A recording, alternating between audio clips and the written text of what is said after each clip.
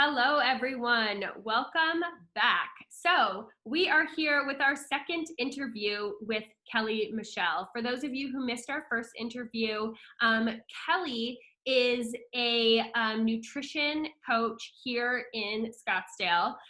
She has a master's in nutrition, and I refer patients to her all day, every day. And the way that I describe her is that she is a metabolism guru.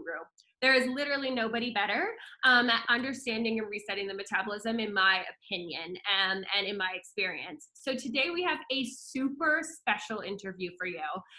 Today we're talking about resetting the metabolism in women and reverse dieting in women. And this is going to be a topic that a lot of women probably have never heard of, and is going to be really important. So welcome back, Kelli. Thank you very much. I don't know if I'm the guru, but I appreciate the confidence. No, you know. You are. Yeah. Awesome. So I know women are a large portion of the population that you work with, and 70%. I know you're seeing a lot of women like I am in my office, where they're frustrated with their weight, they're doing everything that they can do, they're doing everything that they used to do, and nothing's moving. And if anything, it's usually getting worse. So can you talk to me a little bit about what you're seeing in women and what you're seeing when they come into your practice, and kind of how to move forward? Sure. And so what I do, Dr. Alex, and I know I've talked about this before on former episodes, is I actually will have the person track a full week's worth of eating in their life, in their normal life, not in an adapted state or something that they think they need to be good for, but just, can I get a clear representation of what are they doing now? And lo and behold, and I talked about this on my live this last Monday, 95%, I would say, of people come to me under eating by about 500 to 800 calories. And that's women and men. That's not just women. But 70% of my population is women. So largely women, because I don't have as many men to base these facts and statistics off of. But by that, I mean, you know, if 95% of them are eating in a 500 plus calorie deficit, and they've been doing this for so many years, it's no wonder that they cannot lose weight, because their body has had to adapt and shift downward to accommodate, to keep them at homeostasis. So what I kind of look at too is their age. And I ask them how many years they would call themselves a chronic dieter, or that they've been watching their weight, if you will. Because a lot of people don't want you to classify them as, you know, eating disorder related behavior, or a chronic dieter, or a yo-yo dieter. I don't like to categorize people, put them in boxes or anything. But if we have a diet history that is indicative of calorie restriction for many, many years, then what we're going to start to see is that we probably want to advise that person to go and have a look at their lab work, their hormones, and even issues like cholesterol, A1C, just because we know that some of this is genetic. Mm-hmm. So it would be a great idea to have a map, be able to look at it and say, well, great, we've got some pieces of the puzzle that, you know, we can put in here. And now I'm going to advise them on their nutrition plan to do these things. But if we don't have the lab work there, and we can't look at the areas of concern like thyroid, testosterone, estrogen, progesterone, those can all affect the metabolism. And where I see the biggest disconnect is that people will start my nutrition program in a great calorie deficit, but the thyroid is almost non-functioning. Yeah, well, that's something that I see a lot in my patients who are chronically under eating, because the way I explain it to them is that the thyroid is your metabolic powerhouse, right? And your body is designed to keep you alive. That's its job. And so if it's like, all right, she's been trying to kill me for years, and here she goes again, it's going to dial your thyroid down, because it's going to keep you alive, right? And so oftentimes you don't necessarily see it in the TSH, which sometimes you do. Right. Not often though, you're right. Yeah. You're which right. is normally like the most standard, but you're seeing it in like the T4, where their T4 is bottomed out. Bottomed out, yep. T4, I see it a lot in both T3 and T4 as well, but not as much just in T3. So yeah, and you know, with that exclusively in, I would say 50% of the cases, and you might be able to firm up on that, and it may even be more, especially women, we usually unanimously see low thyroid with low testosterone. Yes. It's a very common correlation. It's not causation, but that's just something that I see. And so when we've got those two issues, the problem is, in order to treat the thyroid and testosterone together, a lot of women then will start to see that they feel better big time, but they're actually holding a little bit more water weight because of the hormone fluctuations for that 4 to 6 week period that we start treating. So what I like to do is I look at their nutrition. I have them get on a treatment plan with you or whomever doctor they're working with. And then I start to educate them about these fluctuations so that they don't have a hard time with it that first 30 to 60 days. Mm-hmm. If they're only going on thyroid, we don't necessarily see a whole lot in the way of water retention. It's quite the contrary. Once that metabolism starts to pick back up and they're eating enough calories, and again, that's a slow process, hence the word, reverse dieting. People really have a hard time thinking, well, I'm going to add more food and I'm going to lose weight. Yes, that was going to be my next question. Yes. Or I'm going to add food and I'm going to stay the same weight the whole time, but now I'm discouraged because I haven't lost. But if you flip the script and they've been gaining weight for the last 10 years, I have to kind of retrain them not to be instantly gratified like an American, because it's going to take some time to take them from depleted girl number one who can't lose weight and is actually storing everything that is eaten in abundance, because a lot of these people are actually not tracking their food. They're not at calorie balance. So if you look like, let's say Monday and Tuesday, they come off a weekend where they were like, oh, I was so bad. I had a dessert. I went out and had a couple drinks. I did this. That is not bad behavior. That is normal social behavior. Mm-hmm. Okay. But now these poor women, because nothing's worked for them, think that they need to starve or eat clean Monday, Tuesday. Now they're back on the clean eating bandwagon, and that lasts 2 days. And then they're back to, I can't sustain this anymore. Wednesday, I'm going to have a drink, or, Wednesday, I'm going to have a few cookies. Now I feel so bad again. So Monday, Tuesday are very low calorie. They're not giving their body what they need. By Wednesday, the body is saying, I need what I need, and I'm going to force you to get there. Mm-hmm. Using any method possible. And a lot of these people say that they binge, but when I look into it further, they don't binge at all. They're actually just eating at the calorie intake that they need to eat at. So that has been the most interesting thing to me, is how many women this and use the word binge. And then I'll kind of I dive into it a little bit more, and it's not a binge. Mm-hmm. It's literally just that they can't sustain what they're doing. Yep. It's really interesting to me. I think as a society, women are taught, right? You go out, you eat your salad, you eat half of your salad, you probably eat like a little tiny bit of chicken, and that's it, right? Like that's all you should eat. And that was the biggest thing for me when I started working with you. I couldn't get my weight to shift to save my life. I mean, I do hormones for a living. Like, I knew my hormones and I could not get my weight to shift to save my life. And I remember thinking, I'm going to eat more and I'm going to lose weight. Yep. But it was not that. It was calorie balance, Exactly. And so what was happening was, and I know we're going to talk about cart before horse in our next conversation with GI function, but what people do unanimously is they look at the cheater's way to fix this, mm-hmm. which would be cart before horse, which would be, it must be my hormones. Nope. It's not your thyroid anymore. And nope, it's not your exercise. Mm-hmm. It's actually your calorie balance, which is that big chunk of the bottom of the pyramid.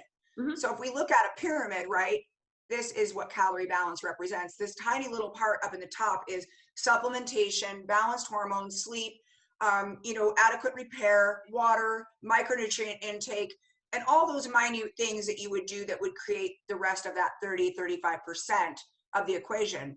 Mm-hmm. So why does everybody put that little part of the pyramid before the big part?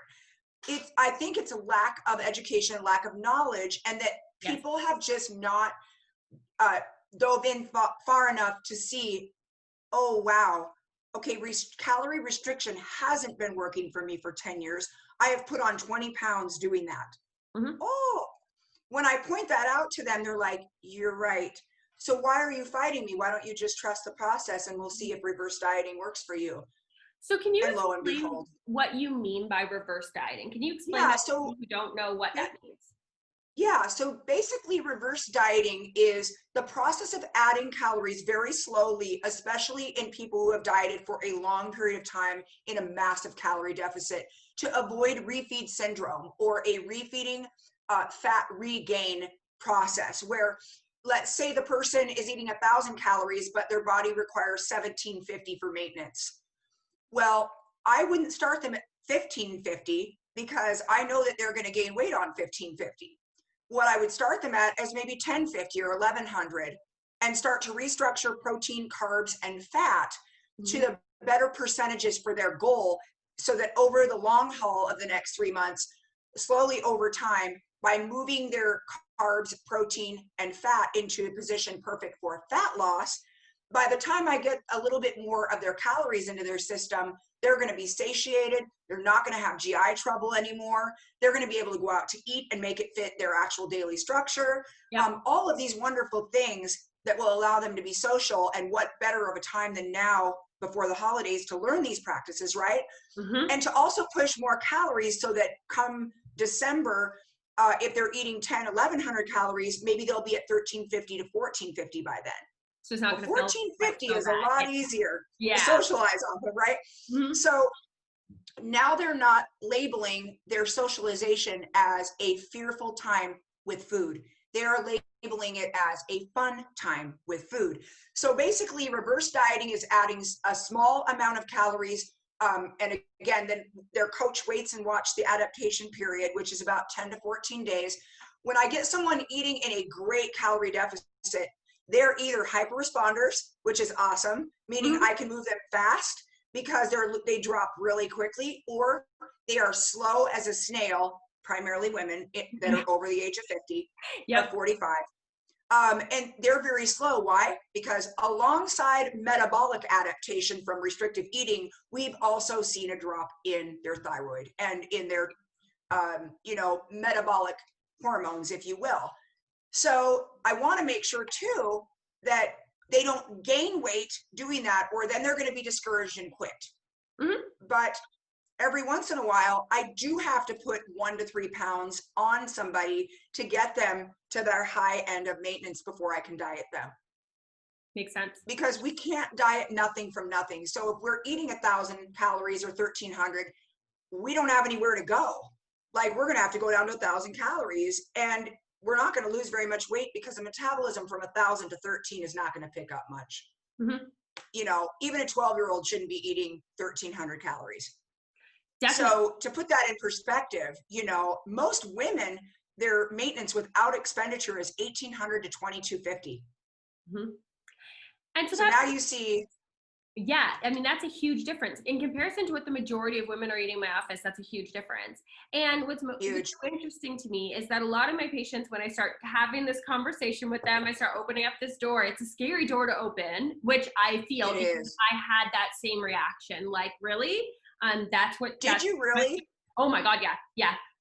Did you? When I heard you interviewed, and then I thought, okay, this is a good idea for me. I had this immense fear because I was like, it doesn't make sense to me, right? I understand that my metabolism is low, and I needed to just kind of like get over that fear. And I think a lot of patients have that. And so a lot of my patients would say things to me like, well, I just don't eat that much because like I'm not hungry in the morning. I'm not hungry till whatever. And what I noticed— Of course you're not. Exactly. And what I noticed, and what most of my patients notice, is that when you have your metabolism pick up, the first thing you notice is that morning hunger. You wake up and your body goes, hey, like, yeah, I need food. And insulin is not a bad thing. It's a very trainable thing. And so you're absolutely right on that, is when they start to eat in those increments that, would be discovered as a meal, notably after 2 or 3 days, the body will ask for those meals in those increments. So it's neat because you can actually customize it to the person's schedule, depending on when you want them to be hungry, and it doesn't matter because nutrient timing is primarily a myth unless it's around training. And then you might have that slight 1 to 3% anabolic window, which is not very big, but for some of us is a big advantage for training and performance. For fat loss, unfortunately, it's just calorie balance. Okay. So we need the person to be at pretty much the same calorie balance every day. And what we have found, and there's going to be new research coming out on macros, because macros is a fairly new method of dieting. Mm-hmm. So they're going to have to stabilize a lot of variables with this, because if we take people who are actually balancing calories from fat, carbs, and protein versus people who just eat calories, we're going to have to get these test groups so dialed in to see whether or not there are differences in the two groups between strict macro trackers and people who just eat 1,250 calories. 1,250 from macro tracking, fats, carbs, and proteins at these percentages. It's a very big, it's something that I definitely am interested in, but it's a very big, high probability area for those of us who study nutrition science, and it's super boring to the rest of the population. So I think the biggest apprehension we get with women is, what if this doesn't work either and I gain more weight? Yes. Yes. That is that fear. A lot of women have tried a lot of things, right? And so when you've done 17 different things and nothing's worked, then it is very fearful. It's discouraging. Yeah. Can you talk to me about some of the other kind of like fad diets that people come to you on, like keto, stuff like that? A lot of intermittent fasting. Mm-hmm. We get a lot of the buzz and on the internet has been keto and intermittent fasting the last couple of years. And I'm not going to demonize either of those dieting methodologies or guru yo-yo fad diets, if you will, for some, because it's really the approach that the professional takes with that diet and the sustainability with the client. So if the client, and I would say this, about 1% of the people that I've worked with that have done a keto macro diet, meaning that we designated their macros to be at a certain calorie level that would allow them to stay in a calorie deficit, 1% of them could sustain it long term, honestly, when we ask them for their feedback. That makes sense. So keto is awesome for people who have issues with epilepsy. It is almost an essential for epileptics. It is, you and have to that's manage where it came from, was epilepsy, and a lot of people don't realize that. That's where it came from. It didn't come from metabolism; it came from epilepsy. Yes, correct. It did, and then it went to cancer patients, certain different types of cancer patients, and so I do traditionally. No matter what the outcome is with this person going through chemo or radiation or bouts of both back to back with maybe no time for these cells to recover in between chemo and radiation, or very little time, I do try to keep a more balanced carb intake in their diet, and it is on the low end for a while, because like we talked about in the past, Dr. Alex, it isn't food that causes inflammation, but if we know there's inflammation in the system, and there is, yes, even like with asthmatics, right? Why would we go and add something that could exacerbate that or make it worse? That's why they oftentimes will ask asthmatics not to have high lactose intake or dairy intake. Well, yeah, I mean, I would look at almost everything you're eating, not just demonize dairy and gluten. I would look at almost everything and say, what does this food do for me? And what can this food do to be, problematic? And if there's no issue there, then go ahead and implement that in your diet. But again, people are like, well, they're so impulsive. I just want this, and it'll make me feel better. And I've gone through chemo and I've been doing this. And so I just really need this. So that's okay. And that's the way flexible dieting is. And why I like reverse dieting is because if you do need to have something once in a while, even if you're going through chemo treatment, even if you're going through radiation, and that's a really tough thing to go through, even if you're epileptic and that you got most everything under control 99% of the time, and that 1% where you go and have a little something that's off your plan, if it keeps you on your plan, then great. I would be careful if in the case of an epileptic, in the case of a person who is going through cancer treatment, not to do that every day or every other day or every third day. We've got to use caution and care. And so it's the same thing with reverse dieting. You can't just go and slam pizza every day and have high variable in all your processed and packaged foods and be accurate like we need to be in calorie balance. You're going to have to manage it and plan for it. And so planning is everything. And if these people want to get out of this, adaptive metabolic state, or even just a position where they've been calorie restricting, they want to do it with a method and a map, a plan. Yes. And so I'm very good at saying for the first 90 days, so-and-so, we're going to be just reverse dieting. You might stay up within 1 to 3 pounds of your current weight. Are you okay with that? Yes. Okay, cool. Now I have just under promised, and now I'm hoping to over deliver. Yes, you are really good at that. Yes, I am. Yes. I will say that you are right. I am good at under promising realistic expectations and delivering more ideal expectations. And the reason is I never know if the person's going to be adherent and do the work. And if they do the work, they are pleasantly delighted when at some point that metabolism starts to really pick up, and then they're more confident and they go to the gym now. And now I've got an undertrained person going to the gym once or twice a week, walking every single day, because we've done this in a beautiful progression over the last 3, 4, 5 months. So this person was doing nothing, including mismanaging their food. Now they know how to manage their food. They know how to manage their meals. They know I'm not going to overfeed them. They know I'm not going to push macros on weeks that they're not accurate. They trust me. They trust the process, and they're starting to see their scale go down. Yep. And they're like, I lost 5 pounds this month. And I'm like, isn't that wonderful? Now, next month, it might only be 2.5. Are you okay with that? Oh, yes, Kelli. This is great. Yeah.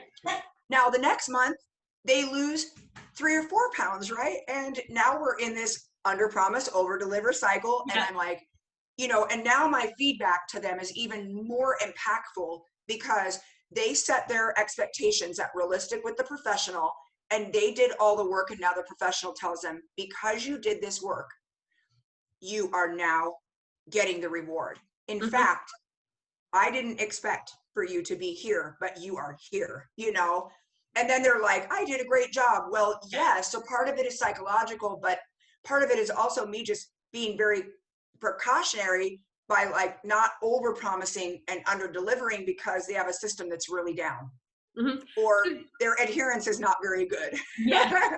So there's a couple things that I heard that I think are so important for our listeners to hear. One is that there is this aspect of flexibility, right? And I think that's so important. I have so many patients in my office who come in my office and they're terrified to do another diet because their diet's already so restrictive that it affects their social life. It affects their relationship with their husband. It affects their ability to go out and like enjoy a night with their kids, right? Now, you're not saying to indulge all the time, because if that's what you do, you're not going to lose weight.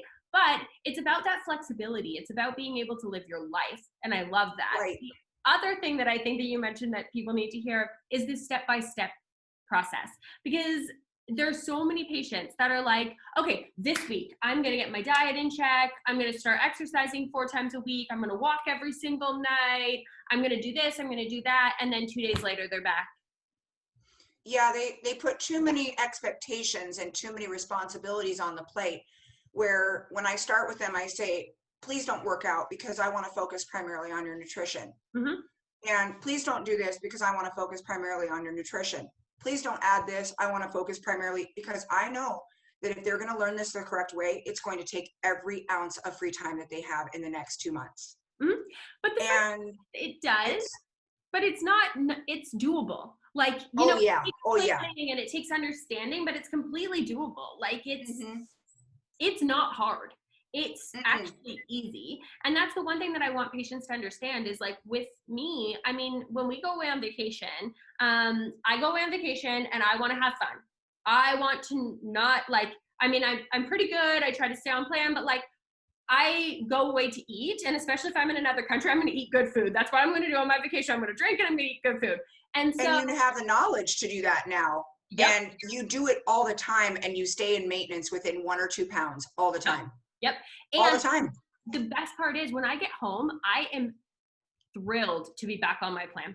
I Yes. literally will be at the airport on my way home going, oh my God, I get to start macros tomorrow. I'm so excited. Yes. You know, and Yeah, people and don't it's get it's that. not that you stopped, it's just that you estimated the whole Yep. time you were on your trip. 100%. And what's beautiful about that is people are always hung up on like, am I going to have to use the food scale forever? And the answer is no. You should be learning these skills very well during the time that we're implementing them with your restaurant eating when you're going out during your strict programming, right?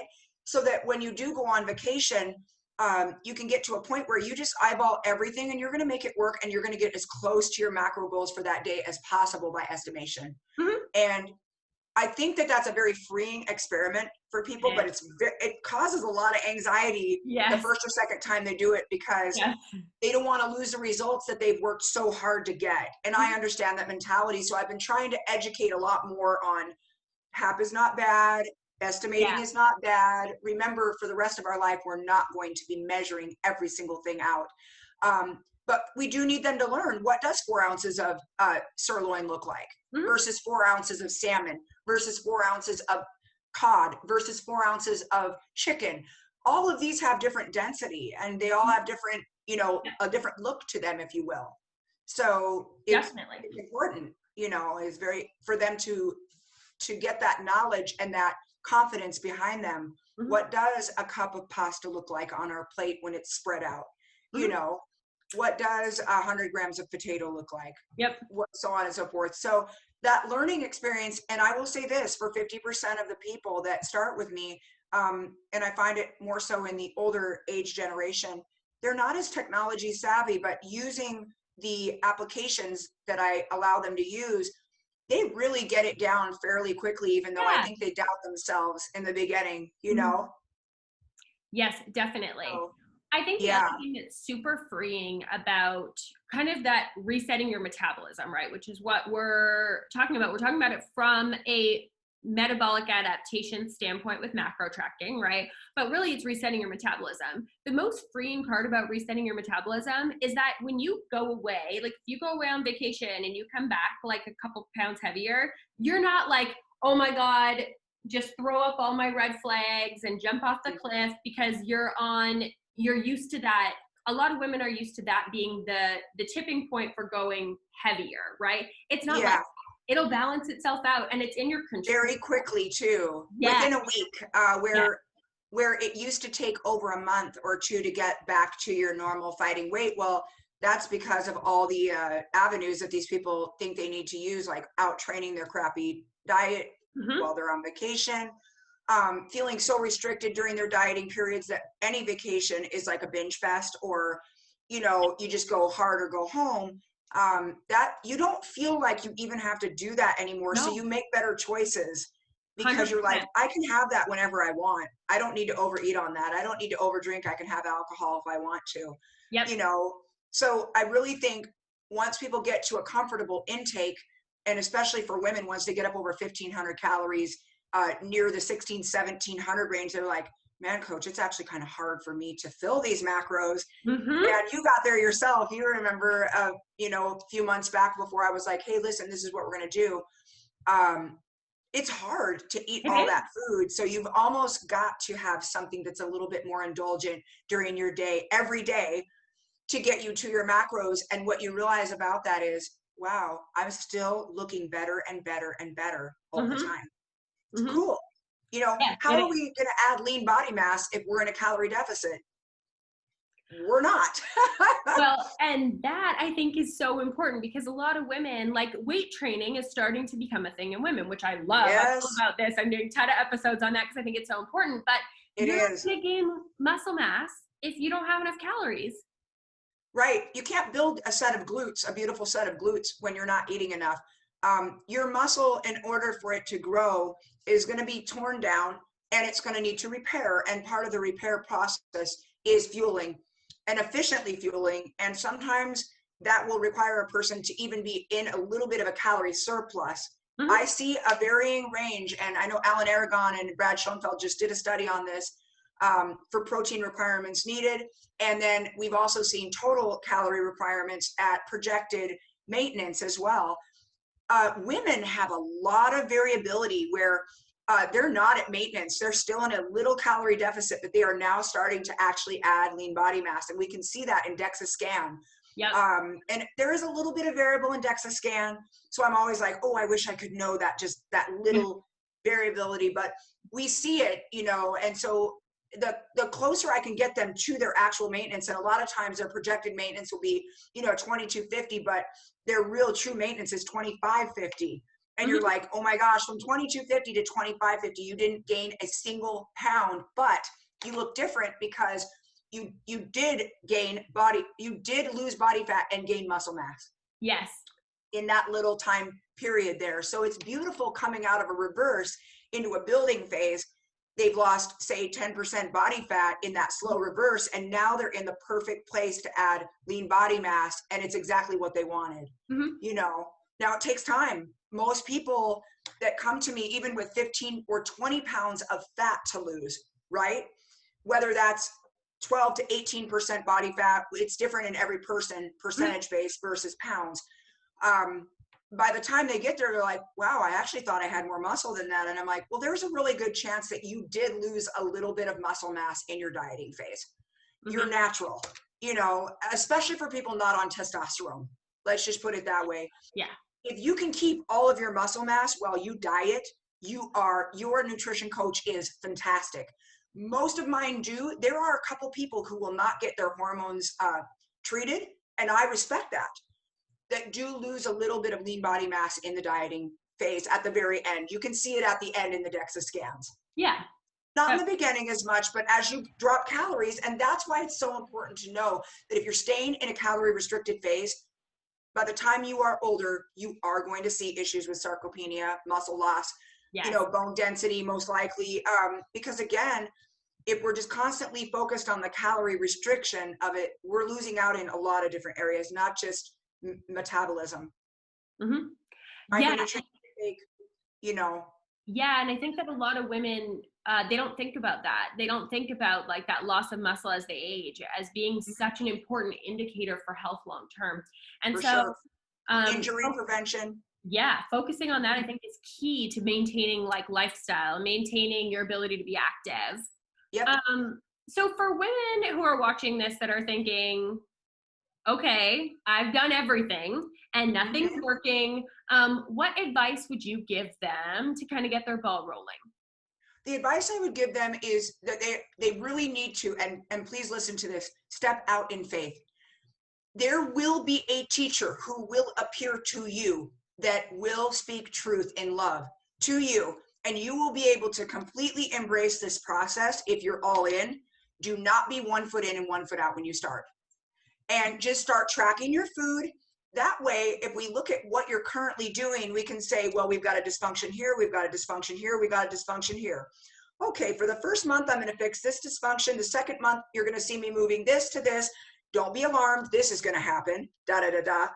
And then they're like, oh, okay. And when they see that the process is exactly what you said, or very close, depending on their adherence piece, they're like, man, when the student is ready, the teacher will appear. But you've got to be all in. You've got to be willing to do the work, which means you are going to have to plan. You are going to have to prepare some of your meals, not all of them. A lot of it's grab and go, isn't it, Alex? Yes, it is. Yes. It is. If you're busy, you can still make it work.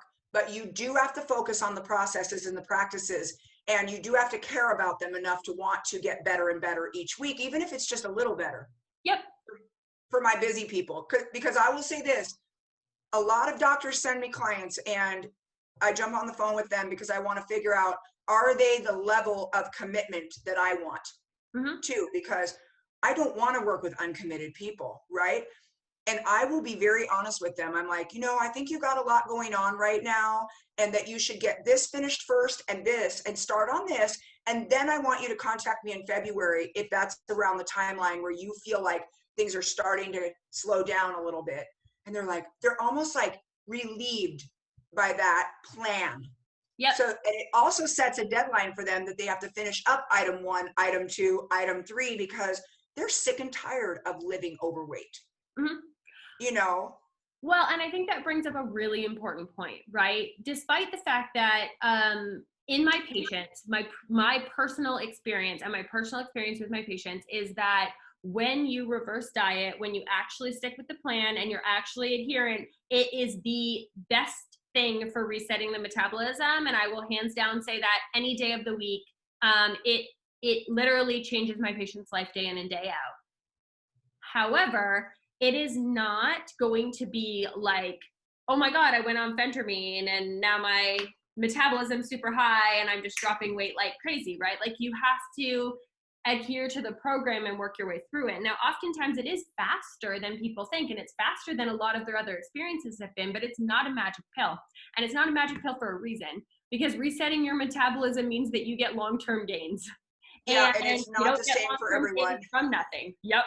Right, right. Mhm. And we'll have 1 out of 10 women that will be so slow because they're in such a calorie deficit and their thyroid is also insufficient. So it'll take almost like 6 or 7 months for them to even see fat loss. Mhm. And it's like, well, we can't go back and change your diet history. So we can either do this way, or you can continue to stay in the hamster wheel and just be Mhm. so exhausted that you actually at some point just fall off the hamster wheel and there you lay, Well, you and know? yeah, and that is where understanding your hormones is really important. So like one of the things that I recently put up on my website was a female guide to how do you know if you've had good labs run? Because it's the number one question I get in my office. Patients come in and they say, oh, well, I had labs run and so I don't need anything else run. And then you look at it and they had 2 things and that's it. And they're wondering why they don't have any answers, right? So patients need, when you're working on metabolism, right, the diet is the key component. It's the key Oh yeah, component. But if you want to move forward in faster. yeah, exactly, then getting your hormones checked is a really good It thing to is, it's hand in hand. In fact, for my older population, especially, I almost am to the point now where I don't really want to work with people who don't have recent lab work, because do. Mhm. if they haven't had lab work done and they're say 56 and they haven't had their labs run since they were, postmenopausal in 52, 53, that means to me that there's been a little bit of negligence in that. Now, that's not to say that if the teacher can't appear and be such a strong leader that now these people are aware of it and they do it every year. That can happen, and it does. It does, But yeah. I'm always really, apprehensive when someone's like, well, I had my labs done when I was 52 and they were perfect. Okay, you're 56 now. Yeah, things change. Things change month to month sometimes.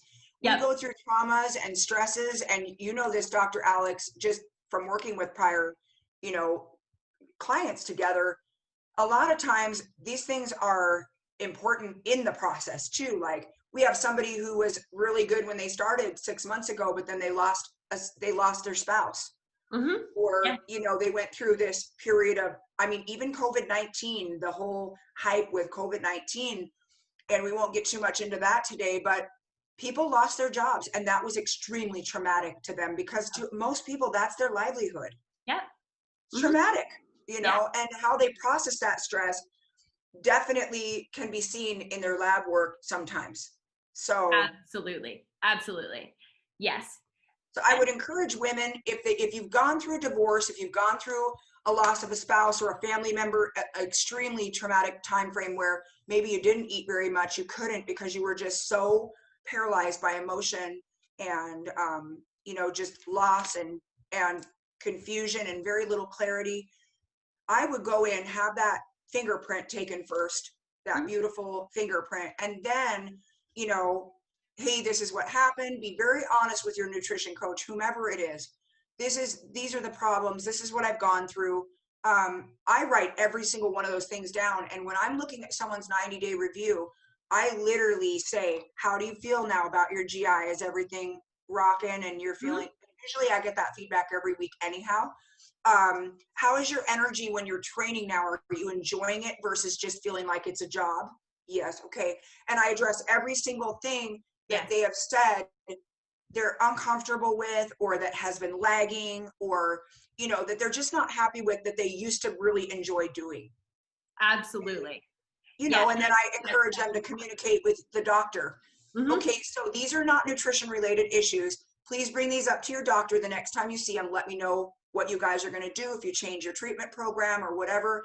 And then they feel like it's this triangle of, you know, love, care, patient Yes. care. Yes, and that's so important, because in the medical community, I think there's a lot of disjointed care where, you know, you're getting some advice from over here and some advice from over here, and then the patient's somewhere in the middle trying to marry these conflicting ideas, and it's really difficult. And so It I love is. that. So Yeah. I think what's so important for women to realize from this episode is that A, your metabolism can be corrected. Sure. Yep, your metabolism can be corrected. Yep. And that sometimes, especially in women, right, we have this idea of what a woman should eat. And oftentimes society kind of pushes us to eat a little bit less. And sometimes that's not actually the case. Sometimes we need to slowly reverse diet up. And if you're not feeling very good, if you're feeling low energy, if you're feeling like your metabolism is really sluggish, if you're feeling like your GI is really sluggish, which, by the way, is going to be our next episode with Kelli Michelle. So make sure that you hit that subscribe button so that you know when that episode comes out. But if your GI is a little bit sluggish, and if you're just noticing that you can't seem to lose the weight that maybe you once could, getting your nutrition on point in terms of calorie balance every single day is going to be probably the number one thing that you can do. Yeah. Does that sound accurate?